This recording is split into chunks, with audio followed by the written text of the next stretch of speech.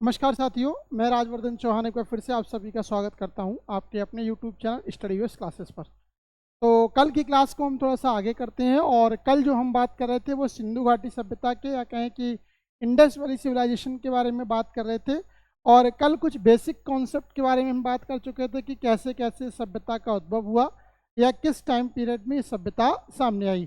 इसके साथ साथ हमने इसमें यह भी पढ़ लिया था कि इस सभ्यता का जो है सबसे पहले उत्खनन या कहें कि सबसे पहले इसकी खोज किसके द्वारा की गई थी। हमने इसमें पढ़ा था कि दयाराम साहनी नाम के एक व्यक्ति थे जिन्होंने 1921 में जॉन मॉर्सल की कहा के नेतृत्व में सभ्यता की वो खोजा था। यानी कि कल हम सिंधु घाटी सभ्यता के एक पहले शहर जिसका नाम था हड़प्पा उसके बारे में बात कर चुके थे। तो आज हम थोड़ा सा आगे बढ़ते हैं और सिंधु घाटी सभ्यता के दूसरे शहर यानी कि मोहनजोदड़ो के बारे में बात करते हैं। ठीक है जी, सिंधु घाटी सभ्यता ये हमारा टॉपिक है। सिंधु घाटी सभ्यता का आज जो दूसरा शहर है उसका नाम है हमारा मोहनजोदड़ो। मोहनजोदड़ो अगर हम इसके बारे में बात करते हैं तो ये एक सिंधी भाषा का शब्द है जिसका मतलब होता है मृतकों का टीला। अगर आपसे क्वेश्चन पूछा जाए कि मोहनजोदड़ो का शाब्दिक अर्थ क्या होता है, तो मोहनजोदड़ो का जो शाब्दिक अर्थ होता है इसका अर्थ क्या होता है? इसका अर्थ होता है भैया मृतकों का टीला। मृतकों का टीला। ठीक है जी, मोहनजोदड़ो का शाब्दिक अर्थ क्या होता है? मोहनजोदड़ो का शाब्दिक अर्थ होता है मृतकों का टीला या कहें कि एक ऐसा स्थान जहाँ पर मृतकों को दफनाया गया। ठीक है जी, अगर हम अन्य इसके नामों के बारे में बात करते हैं तो इसके अन्य नाम भी प्राप्त होते हैं। अन्य नाम कौन कौन से हैं जरा देखिएगा। अन्य नाम के बारे में यदि प्रश्न पूछा जाए कि इसके अन्य नाम क्या क्या हैं, जरा ध्यान दीजिएगा। अन्य नाम कौन कौन से हैं? नंबर 1, मुँह का भाटा। क्या नाम है? मुँह का भाटा। मुँह का भाटा किसे कहा जाता है? मुँह का भाटा इसी के लिए कहा जाता है, इसका मतलब भी क्या होता है? इसका मतलब भी यही होता है मृतकों का टीला। ठीक है, दूसरा नाम इसके लिए क्या दिया जाता है? दूसरा नाम जो इसके लिए दिया जाता है वो दिया जाता है सिंध का बगीचा। सिंध का बगीचा। अगर आपसे क्वेश्चन पूछा जाए सिंध का बगीचा किसे कहा जाता है, तो सिंध का बगीचा किसे कहा जाता है? मोहनजोदड़ो के लिए ही कहा जाता है। तीसरा इसी में एक नाम और आता है जिसका नाम है रेगिस्तान का बाग। रेगिस्तान का बाग किसे कहा जाता है? तो रेगिस्तान का बाग या रेगिस्तान का बगीचा भी किसे कहा जाता है? मोहनजोदड़ो के लिए कहा जाता है। ठीक है, एक नाम और आता है इसके लिए। अगर आपसे पूछा जाए कि स्तूपों का शहर किसे कहा जाता है? स्तूपों का शहर। तो स्तूपों का शहर किसे कहा जाता है? स्तूपों का शहर किसके लिए? मोहनजोदड़ो के लिए ही कहा जाता है। यानी कि मोहनजोदड़ो एक शहर है जो कि सिंधु घाटी सभ्यता के दूसरे सर्वाधिक महत्वपूर्ण शहरों में गिना जाता है। हड़प्पा के बाद यदि हम किसी के बारे में बात करते हैं तो दूसरा शहर कौन सा आता है? मोहनजोदड़ो आता है। इसके अन्य नाम कौन कौन से हैं? पहला है मृतकों का टीला, दूसरा मुँह का भाटा, तीसरा सिंध का बगीचा, चौथा रेगिस्तान का बाग और जो चौथा लास्ट आता है जिसका नाम है स्तूपों का शहर। ये सब नाम किसके हैं? ये सारे नाम आपके मोहनजोदड़ो के हैं। अब बात करते हैं मोहनजोदड़ो के बारे में। तो इसकी खोज के बारे में आता है, इसकी खोज कब की गई? क्वेश्चन आता है इसकी खोज कब की गई। तो जरा कल हमने जो बात की थी कि हमने कहा था कि जो सिंधु घाटी सभ्यता का शहर था इसका नाम था हड़प्पा, उसकी खोज 1921 में दयाराम साहनी के द्वारा की गई थी। तो उसके ठीक एक वर्ष बाद यानी कि कब? 1922 में। इसकी खोज कब की गई? 1922 में की गई। कहाँ की गई? सिंध प्रांत है पाकिस्तान में। सिंध प्रांत कहाँ पर? पाकिस्तान में। पाकिस्तान के सिंध प्रांत में एक जगह है लरकाना, लरकाना जिले में। ठीक है, कहाँ पर की गई? लरकाना में की गई। इस समय जो इसकी खोज करने वाले व्यक्ति थे उनका नाम क्या था? तो इसके जो खोजकर्ता थे उनका नाम था राखल दास बनर्जी। राखल दास बनर्जी। ठीक है, नाम क्या था उनका? राखल दास बनर्जी। सर्वेयर जनरल कौन? सर्वेयर जनरल जॉन मार्शल, जो कल हड़प्पा की सभ्यता के समय थे, उस समय भी भारत के सर्वेयर जनरल थे। Rakhaldas Banerjee, surveyor general. अगर हम सर्वेयर जनरल के बारे में बात करते हैं तो कौन है आपके, जॉन मार्शल। ठीक है, यानी कि मोहनजोदड़ो की खोज कब की गई, 1922 में की गई। ठीक है, और कहा जाता है कि इसकी खोज जो है राखलदास बनर्जी के द्वारा की गई। और ये भी कहाँ पर है, ये भी आपका पाकिस्तान में स्थित है। अगर यहाँ पर पूछा जाए कि किस नदी के तट पर की गई, तो जो है सिंधु नदी के तट पर। कौन सी नदी है, सिंधु नदी, सिंधु नदी, सिंधु नदी के दाएं तट पर, सिंधु नदी के दाएं तट पर किसकी खोज की गई, सिंधु नदी के दाएं तट पर जो है वो आपके मोहनजोदड़ो की खोज की गई। यानी कि ये बेसिक इन्फॉर्मेशन है मोहनजोदड़ो के बारे में कि इसकी खोज कब हुई, 1922 में पाकिस्तान के सिंध प्रांत के ललकारा जिले में राखलदास बनर्जी के द्वारा सर्वेयर जनरल जॉन मार्शल। और सिंधु नदी क्या था, सिंधु नदी के तट पर कहा था कि दाएं तट पर ये सभ्यता विकसित हुई। अब एक क्वेश्चन आता है कि सिंधु सभ्यता की जुड़वां राजधानी किसे कहा जाता है। तो सिंधु सभ्यता की जुड़वां राजधानी एक कल का शहर यानी कि हड़प्पा, और दूसरा आज का शहर यानी कि मोहनजोदड़ो के लिए कहा जाता है। अगर आपसे क्वेश्चन पूछा जाए सिंधु सभ्यता की जुड़वां राजधानी, सिंधु सभ्यता की जुड़वां राजधानी कौन सी है, तो हड़प्पा और मोहनजोदड़ो, हड़प्पा और मोहनजोदड़ो क्या कहा जाता है, सिंधु सभ्यता की जुड़वां राजधानी बोली जाती है। सिंधु सभ्यता की जो जुड़वां राजधानी है वो कौन सी है, हड़प्पा और मोहनजोदड़ो है।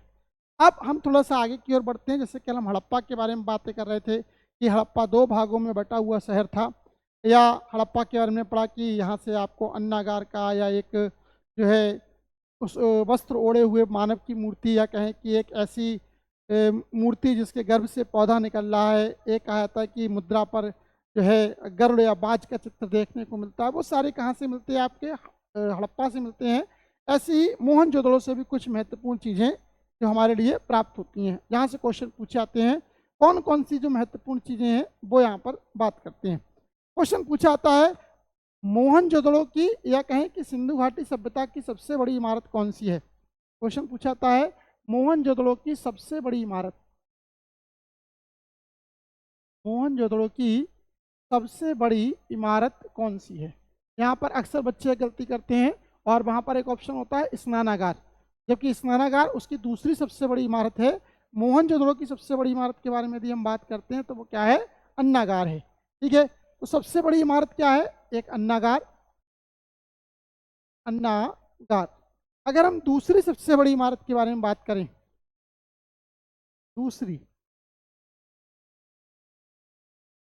सबसे बड़ी इमारत कौन सी है, दूसरी सबसे बड़ी इमारत जो है वो है एक स्नानागार, स्नानागार है। एक बाथरूम जो है वो कहाँ से मिलता है, एक बाथरूम जो है वो आपको मोहनजोदड़ो से मिलता है। और इसके बारे में कहा जाता है कि ये 11.89 मीटर लंबा है, यानी कि इसकी जो लंबाई है वो कितनी है, 11.89 मीटर है। अगर हम इसकी चौड़ाई के बारे में बात करते हैं, इसकी जो चौड़ाई है वो कितनी बताई गई है, तो चौड़ाई के बारे में कहा गया है कि ये 7.01 मीटर जो है चौड़ा है, 7.01 मीटर इसकी क्या है, चौड़ाई बताई गई है। क्या है, इसकी चौड़ाई है, और ये इसकी लंबाई है। ठीक है जी। अब इसकी गहराई के बारे में बात आती है कि इसकी जो अंदर की गहराई है वो गहराई कितनी है। यहाँ से क्वेश्चन पूछा था, अगर इसकी गहराई पूछी जाएगी तो 2.44 मीटर, कितनी, 2.44 मीटर। ये सारा डायमेंशन मीटर में है, यानी कि अंदर की जो गहराई है वो 2.44 मीटर है। बाहर की अगर लंबाई देखते हैं तो 11.89 मीटर है, और चौड़ाई की यदि हम बात करते हैं तो 7.01 जो मीटर है वो उसकी चौड़ाई है। अब अगर हम बात करते हैं इसके फर्श के बारे में, तो इसका जो फर्श है वो कहा जाता है कि पक्की ईंटों का बना हुआ है। ठीक है जी। के फर्श के बारे में आता है कि इसका फर्श कैसा है, तो इसका फर्श जो है वो पक्की ईंटों का बना हुआ है, पक्की ईंटों से निर्मित फर्श है ये, पक्की ईंटों से निर्मित फर्श। यानी कि सिंधु घाटी सभ्यता या कहें कि मोहनजोदड़ो के लोग हैं वो किसका उपयोग करते हैं, वो पकी पकाई ईंटों का प्रयोग करते हैं। और इन पकी हुई ईंटों का प्रयोग किसमें किया गया है, इस स्नानागार की जो है नीचे की जो फर्श है उसको बनाने में इसका प्रयोग किया गया है। साथ साथ इसमें कहा था कि चारकोल का प्रयोग किया गया है जिससे कि पानी के रिसाव को रोका जा सके, यानी कि जो पानी है वो इधर उधर ना बहे, यानी कि जो चारकोल या तारकोल है उसका प्रयोग यहाँ पर किया गया है। इसके अलावा अगर बात करते हैं इसमें जल निकासी के लिए इसके आसपास नालियाँ देखने को मिलती हैं। ठीक है, क्या बनाया गया है, जल निकासी के लिए नालियाँ। क्वेश्चन पूछा जाता है जल निकासी के लिए नालियाँ कहाँ से प्राप्त होती हैं, तो जल निकासी के लिए नालियाँ मोहनजोदड़ो से ही प्राप्त होती हैं। जल निकासी के लिए नालियाँ कहाँ से प्राप्त होती हैं, जल निकासी के लिए नालियाँ जो हैं वो मोहनजोदड़ो से प्राप्त होती हैं। इसके आसपास यदि आप देखेंगे तो वलयकार आकृति के कुछ कुएं पाए जाते हैं, छल्लों की आकृति के कुछ कुएं पाए जाते हैं। यानी कि इसमें अगर हम बात करते हैं तो जल कैसे भरा जाता था, तो कुओं की सहायता से, कुओं की सहायता से इसमें जल भरा जाता था, जल भरा जाता था। अगर आपसे क्वेश्चन ये पूछे कि इस स्नानागार में जल कैसे भरा जाता है, तो कुओं की सहायता से इसमें जल भरा जाता है। इसमें नालियां हैं, इन नालियों से कहा था कि इस पानी को निकालने की व्यवस्था थी। कुछ विशेष पर्वों की यदि हम बात करते हैं, कुछ जब विशेष उत्सव राज्य में हुआ करते थे तो इन उत्सव के समय जो कहा जाता है कि जो है इस तालाब इस पुल के लिए भरा जाता था, इस जलाशय के लिए भरा जाता था। और जब बड़े बड़े पदों पर बैठे हुए लोग इस स्नान कर लिया करते थे तो इसके लिए खाली कर दिया जाता था। यानी कि राज्य में होने वाले जो महत्वपूर्ण आयोजन है उसके लिए ही क्या है, इसका प्रयोग किया जाता था। एक क्वेश्चन इसमें से ये आता है कि तत्कालीन विश्व का आश्चर्य किसे कहा जाता है, तत्कालीन विश्व का आश्चर्य।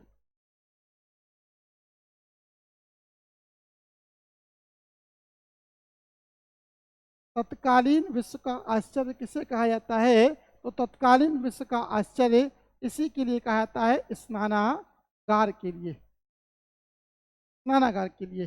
किसने कहा है, तो मार्शल नाम के एक व्यक्ति हुए हैं, एक अंग्रेज है मार्शल नाम का।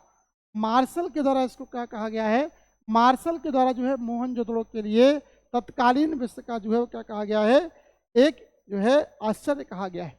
अगर हम बात करते हैं सिंधु घाटी सभ्यता के शहर के बारे में, तो ये भी दो भागों में बटा हुआ है। ठीक है, कैसा है, दो भागों में विभाजित है, दो भागों में विभाजित है।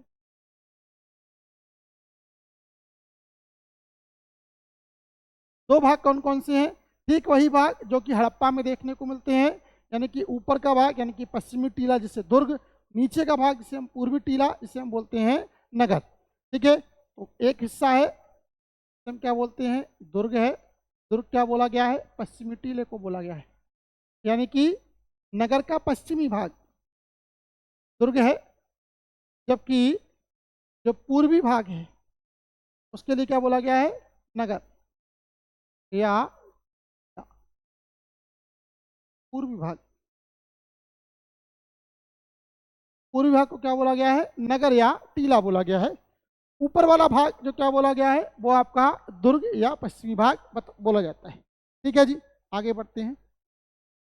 जैसे कि अगर आप बात करते हैं, हम इमारतों के बारे की बात करते हैं, तो थोड़ी देर पहले मैंने कहा कि जो यहाँ का अन्नागार है वो मोहनजोदड़ो की सबसे बड़ी इमारत है, जो कि सबसे इम्पोर्टेंट क्वेश्चन है।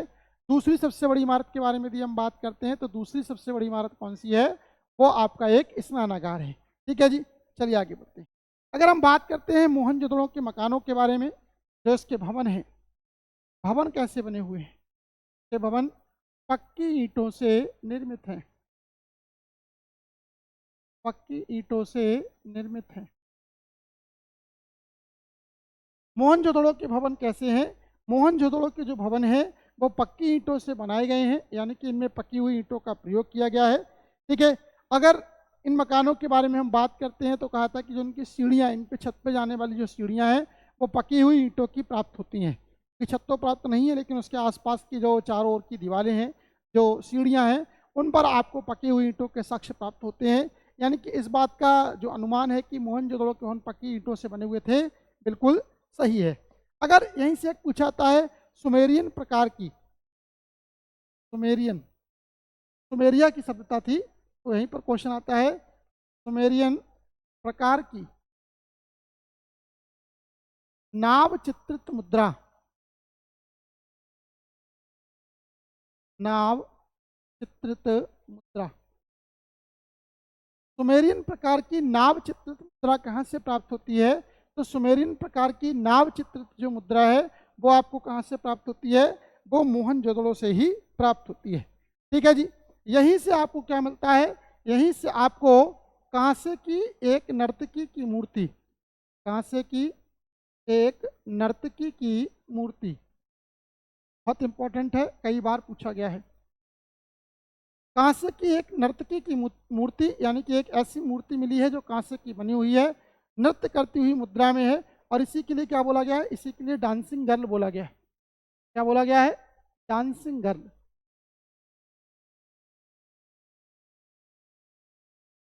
डांसिंग गर्ल की मूर्ति कहाँ से प्राप्त होती है? डांसिंग गर्ल की जो मूर्ति है वो आपको यहीं से प्राप्त होती है। ठीक है। अगर हम बात करते हैं कब्रिस्तान के बारे में, तो जैसे कि हड़प्पा में आपको कब्रिस्तान का साक्ष्य प्राप्त होता है, पर मोहनजोदड़ो से कोई भी कब्रिस्तान का साक्ष्य प्राप्त नहीं होता है। लेकिन यहाँ से आपको 42 मानव नर कंकाल प्राप्त होते हैं, यानी कि यहाँ से एक बड़ी मात्रा में मनुष्यों के कहें कि हड्डियों के साक्ष्य प्राप्त होते हैं, लेकिन कोई भी कंकाल जैसी कब्रिस्तान जैसी संरचना यहाँ पर प्राप्त नहीं होती है। जबकि अगर हम हड़प्पा की बात करते हैं तो हड़प्पा में R37 या सीमेंट्री एच नाम का जो एक कब्रिस्तान है वो वहाँ से प्राप्त होता है। ठीक है। तो यहाँ से क्या है? यहाँ से कब्रिस्तान का साक्ष्य नहीं मिलता। अगर क्वेश्चन पूछा जाए कब्रिस्तान का साक्ष्य कहाँ से मिलता है, तो कब्रिस्तान का साक्ष्य आपको हड़प्पा से मिलता है, मोहनजोदड़ो से नहीं मिलता है। तो कब्रिस्तान का साक्ष्य प्राप्त नहीं होता है।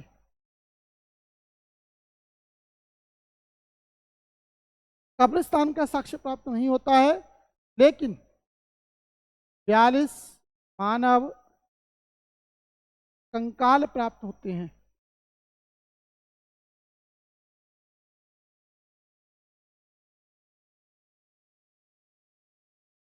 ये इंपॉर्टेंट है। अगर पूछा जाए 42 मानव कंकाल कहाँ से प्राप्त होते हैं, तो 42 मानव कंकाल आपको मोहनजोदड़ो से ही प्राप्त होते हैं। इसके अलावा एक पुजारी की मूर्ति, ठीक है, अगर पूछा जाए एक पुजारी की मूर्ति,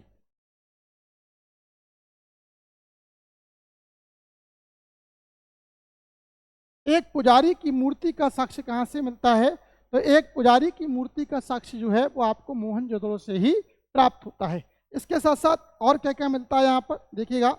यहाँ से एक मुद्रा पर, एक मुद्रा पर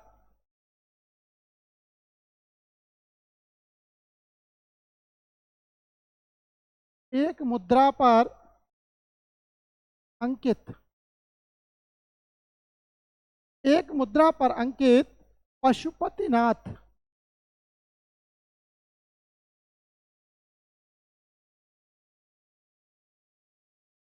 की मूर्ति प्राप्त होती है।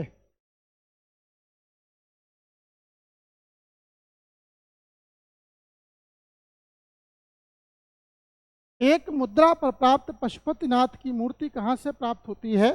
एक मुद्रा पर प्राप्त पशुपतिनाथ की मूर्ति आपको मोहनजोदड़ो से ही प्राप्त होती है। ठीक है। एक और आता है यहीं पर, बड़े इंपॉर्टेंट क्वेश्चंस बनते हैं यहाँ पर। एक श्रृंगी युक्त बैल की मोहरें, एक श्रृंगी युक्त बैल की मोहरें, यानी कि एक ऐसा बैल जिसका एक ही सींग है, और वो एक सींग वाले बैल की आकृति की मोहरें कहाँ से प्राप्त होती हैं? एक जो है सींग वाले बैल की आकृति वाले, जो कहें कि एक सींग वाले बैल की आकृति की जो मोहरें हैं वो आपको कहाँ से मिलती हैं? वो आपको मोहनजोदड़ो से ही प्राप्त होती हैं। ठीक है। इसमें एक और आता है, पूछाता है हाथी का कपाल खंड, हाथी का कपाल खंड यानी कि एक हाथी का सिर आपको कहाँ से मिलता है? एक हाथी का जो कपालखंड है वो आपको यहीं से प्राप्त होता है, यानी कि मोहनजोदड़ो से ही प्राप्त होता है। एक ऐसी कहें कि हड्डी मिली है जो संभवतः हाथी की बताई गई है, और मोहनजोदड़ो से खुदाई में ही वो जो है प्राप्त हुई है। ऐसी एक व्यक्ति को दो भागों से, कौन? एक व्यक्ति को दो भागों से, एक व्यक्ति को दो भागों से युद्ध करते हुए,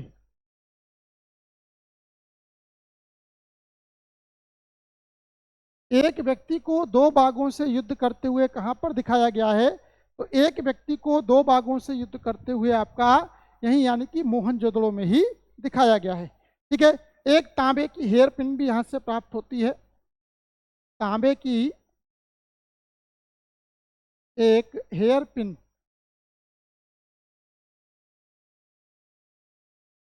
तांबे की एक हेयर पिन कहाँ से प्राप्त होती है? तांबे की एक हेयर पिन आपको जो है मोहनजोदड़ो से ही प्राप्त होती है। ठीक है। एक मानव अस्थि पंजर के साथ, या कहें कि एक मानव अस्थि पंजर के निकट एक बकरे का अस्थि पंजर कहाँ से मिलता है? मोहनजोदड़ो से मिलता है। बहुत इंपॉर्टेंट साइड ये क्वेश्चन आता है। एक मानव अस्थि पंजर के साथ, एक मानव अस्थि पंजर के साथ, एक मानव अस्थि पंजर के साथ एक बकरे का अस्थि पंजर,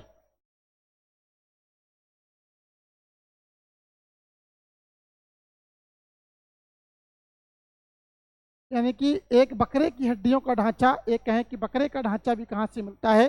एक मानव अस्थि पंजर के साथ जो है वो एक बकरे की हड्डियों का ढांचा, या कहें एक बकरे का अस्थि पंजर भी आपको मोहनजोदड़ो से ही प्राप्त होता है। एक बड़ा इंपॉर्टेंट क्वेश्चन आता है, सूती वस्त्र का उपयोग। कौन से? सूती वस्त्र का उपयोग।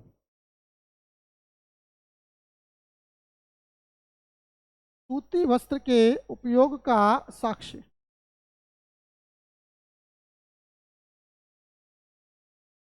सूती वस्त्र के उपयोग का साक्ष्य कहाँ से प्राप्त होता है? तो सूती वस्त्र के उपयोग का साक्ष्य भी आपको जो है मोहनजोदड़ो से ही प्राप्त होता है। ठीक है।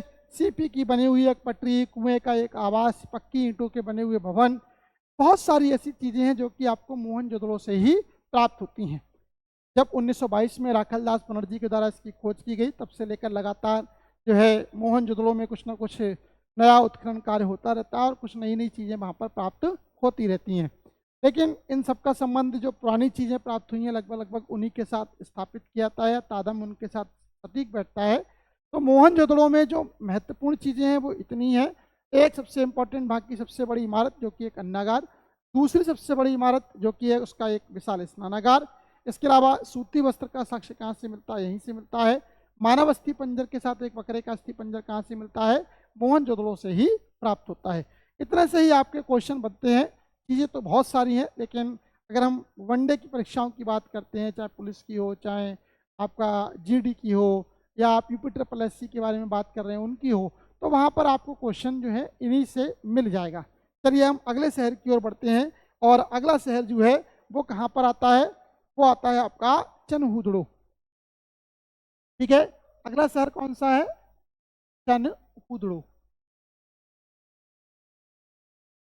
अगला शहर कौन सा है? चनहुदड़ो है। कहा जाता है कि इसकी खोज 1931 में एनजी मजूमदार ने की थी। की खोज कब हुई? 1931 में एनजी मजूमदार।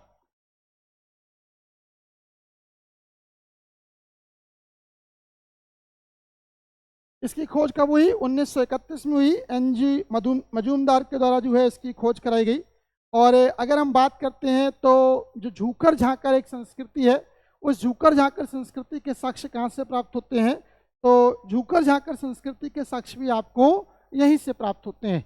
नदी के बारे में एक और बता दूं आपको, ये सिंधु नदी के तट पर है। नदी कौन सी है? सिंधु नदी है। ठीक है। कौन सी नदी है? सिंधु नदी है। पाकिस्तान में है ये साइट भी। कहाँ पर है? पाकिस्तान। ठीक है। ये इसके क्वेश्चन, बेसिक क्वेश्चन की इसकी खोज कब हुई? 1931 में। किसने की? एनजी मजूमदार ने की। कौन सी नदी है? सिंधु नदी है। लोकेशन कहाँ पर है? पाकिस्तान में है। बात करते हैं झूकर झाकर संस्कृति के बारे में, जहाँ से अक्सर क्वेश्चन पूछा आता है कि झूकर झाकर संस्कृति क्या होती है। झूकर झाकर संस्कृति,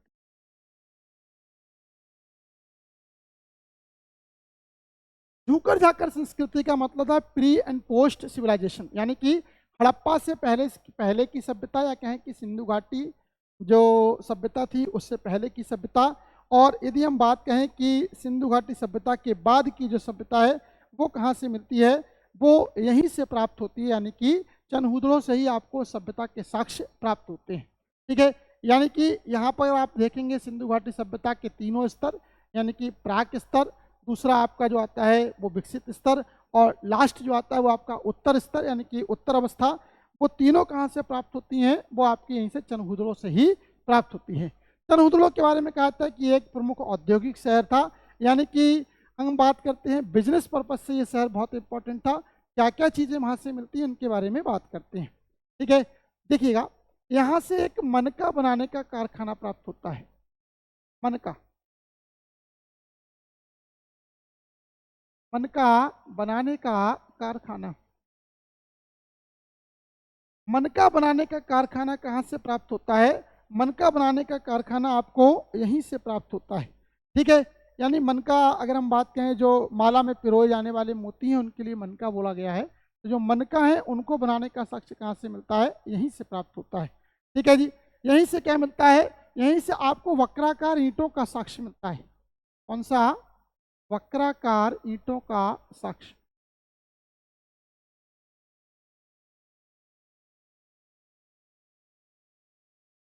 वक्राकार ईंटों का साक्ष्य आपको कहाँ से प्राप्त होता है?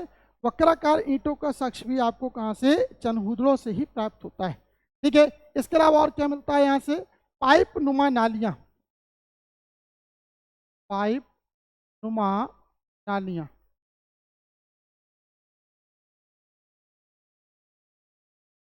पाइप नुमा नालियाँ का साक्ष्य कहाँ से प्राप्त होता है? जो पाइप नुमा नालियाँ हैं वो आपको चनहूदड़ों से ही प्राप्त होती हैं। अगर आप हड़प्पा में देखेंगे तो हड़प्पा और मोहनजोदड़ो में कुछ प्रकार की नालियाँ हैं जो कि कैसी हैं? कवर्ड की हुई हैं, ढकी हुई हैं।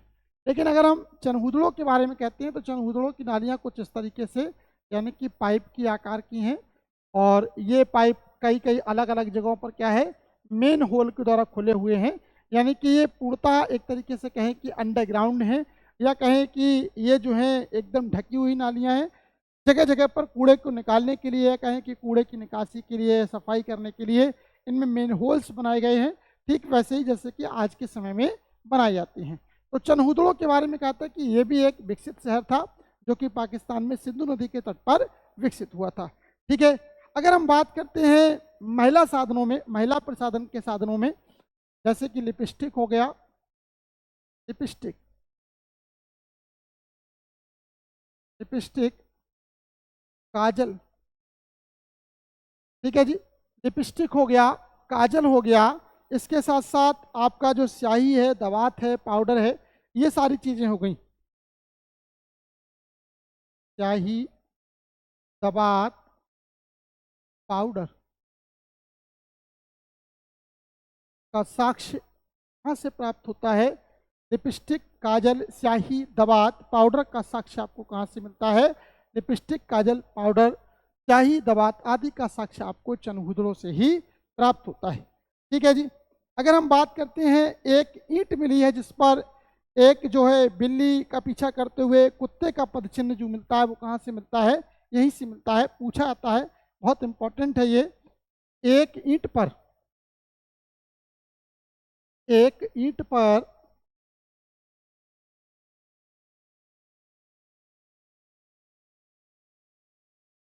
बिल्ली का पीछा करते हुए,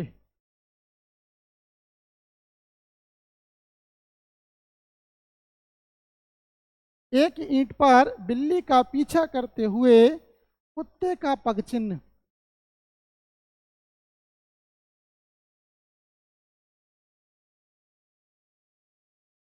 एक ईंट पर बिल्ली का पीछा करते हुए कुत्ते का पगचिन्ह कहाँ से प्राप्त होता है? तो एक ईंट पर बिल्ली का पीछा करते हुए कुत्ते का पगचिन्ह आपको चनहुदड़ों से ही प्राप्त होता है। ठीक है जी। इसके अलावा अगर हम बात करते हैं तो एक मुद्रा पर 3 घड़ियाल और 2 मछलियों की मूर्ति का चित्र भी कहाँ से प्राप्त होता है? चनहुदड़ों से ही प्राप्त होता है। ठीक वैसा ही जैसे आज हमारा राजकीय चिन्ह है, एक मछली है, इधर उधर आपको देखेंगे 2 मछलियां हैं, बीच में धनुष बाण है की तरह से आकृति, यानी कि 2 नदियां गंगा यमुना की तरह दिखाई देती हैं। ठीक वैसी ही कुछ आकृति आपको कहाँ से प्राप्त होती है? ठीक वैसी ही आकृति आपको चनहुदड़ों से प्राप्त होती है। ठीक है, लेकिन इसमें क्या है, इसमें 3 घड़ियाल और 2 जो मछलियों का है वो चित्रांकन किया गया है। ठीक है जी, चलिए आगे बढ़ते हैं। अगले शहर के बारे में यदि हम बात करते हैं तो उसका नाम है कालीबंगा। कौन सा? कालीबंगा। सिंधु घाटी सभ्यता का एक जो अगला शहर है वो आता है आपका कालीबंगा। कालीबंगा कहाँ पर है? कालीबंगा जो है राजस्थान के गंगानगर जिले में है। कहाँ पर? राजस्थान के गंगानगर जिले में, वर्तमान में हनुमानगढ़ जिला है। राजस्थान के गंगानगर जिले में।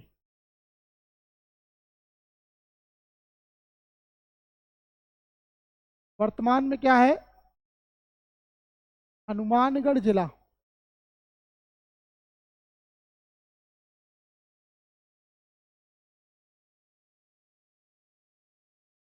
राजस्थान के गंगानगर जिले में वर्तमान में हनुमानगढ़ जिला जो है वहां पर घग्गर नदी के तट पर, कौन सी नदी है? घग्गर।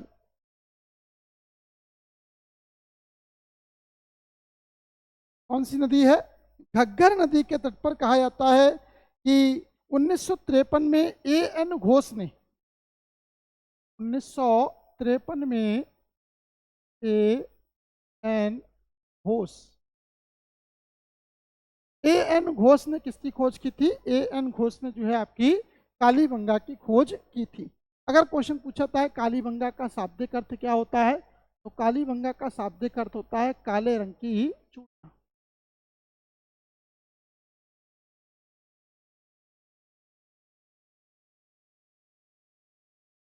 काले रंग की चूड़ियां, यानी कि सिंधु घाटी सभ्यता का कौन सा शहर चूड़ियों के उत्पादन के लिए प्रसिद्ध था, जिसके नाम पर ही उसका नाम रख दिया गया कालीबंगा? तो वो शहर था हमारा कौन सा? कालीबंगा, जो कि राजस्थान के गंगानगर जिले के, वर्तमान में हनुमानगढ़ जिले के जो है में स्थित है। कहा था घग्गर नदी बहा करती थी, घग्गर नदी के तट पर ये स्थित था। और 1953 में इसकी खोज किसके द्वारा की गई थी? A.N. घोष के द्वारा की गई थी। ठीक है जी। अगर हम कालीबंगा के बारे में बात करते हैं तो कालीबंगा की भी संरचना वैसी है, यानी कि ये भी 2 स्तरीय, यानी कि 2 भागों में बटा हुआ है।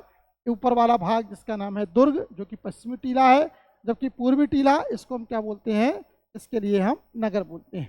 सिंधु घाटी सभ्यता के अधिकांश शहरों के बारे में यदि आप पढ़ेंगे तो सभी ये 2 स्तरीय हैं, यानी कि दुर्ग और टीले के रूप में जो बटे हुए हैं। केवल एक जो शहर आता है, एकमात्र शहर, जिसका नाम है आपका धौलावीरा।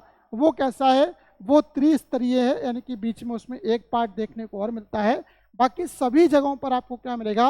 बाकी सभी जगहों पर आपको जो है 2 स्तरीय संरचना, यानी कि दुर्ग और टीले की संरचना ही देखने के लिए मिल जाएगी। तो राजस्थान के गंगानगर जिले में, वर्तमान में हनुमानगढ़ जिला है। घग्गर नदी के तट पर 1953 में A.N. घोष के द्वारा जो है इसकी खोज की गई। चलिए आगे बढ़ते हैं। इसमें से पूछता है कि क्या क्या चीज़ें यहाँ से प्राप्त होती हैं, क्या क्या जो खास बातें हैं। तो एक इसमें क्वेश्चन आता है, एक जुते हुए खेत का साक्ष्य। एक जुते हुए खेत का साक्ष्य।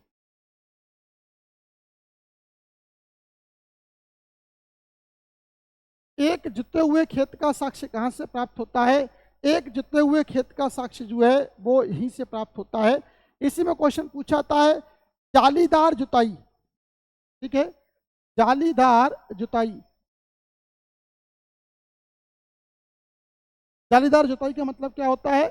यानी कि खड़ी जुताई, पहले इस तरीके की जुताई की गई, फिर बाद में इस पर ऐसी यानी कि पड़ी जुताई की गई। तो इस प्रकार जो जुताई बनती है वो क्या बोली जाती है? जालीदार जुताई बोली जाती है।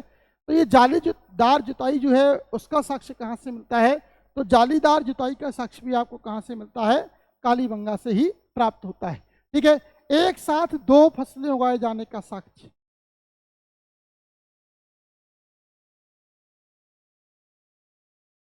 एक साथ दो फसलें उगाए जाने का साक्ष्य,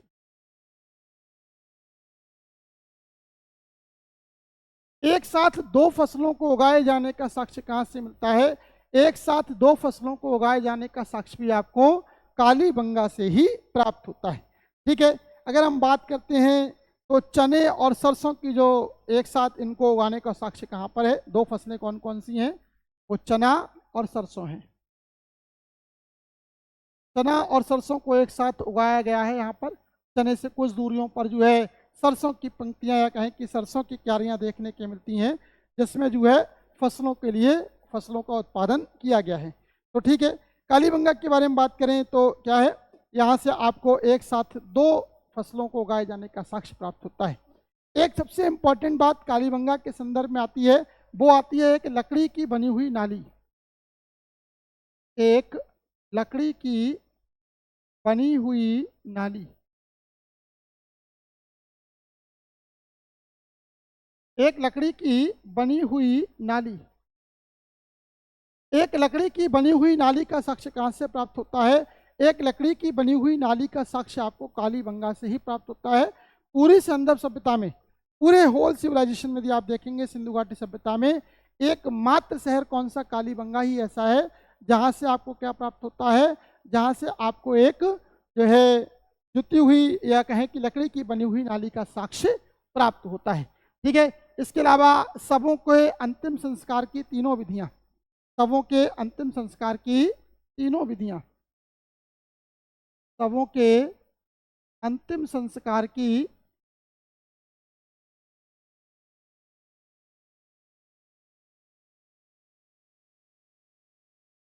तीनों विधियों का साक्ष्य कहाँ से मिलता है? का साक्ष्य यहीं से प्राप्त होता है।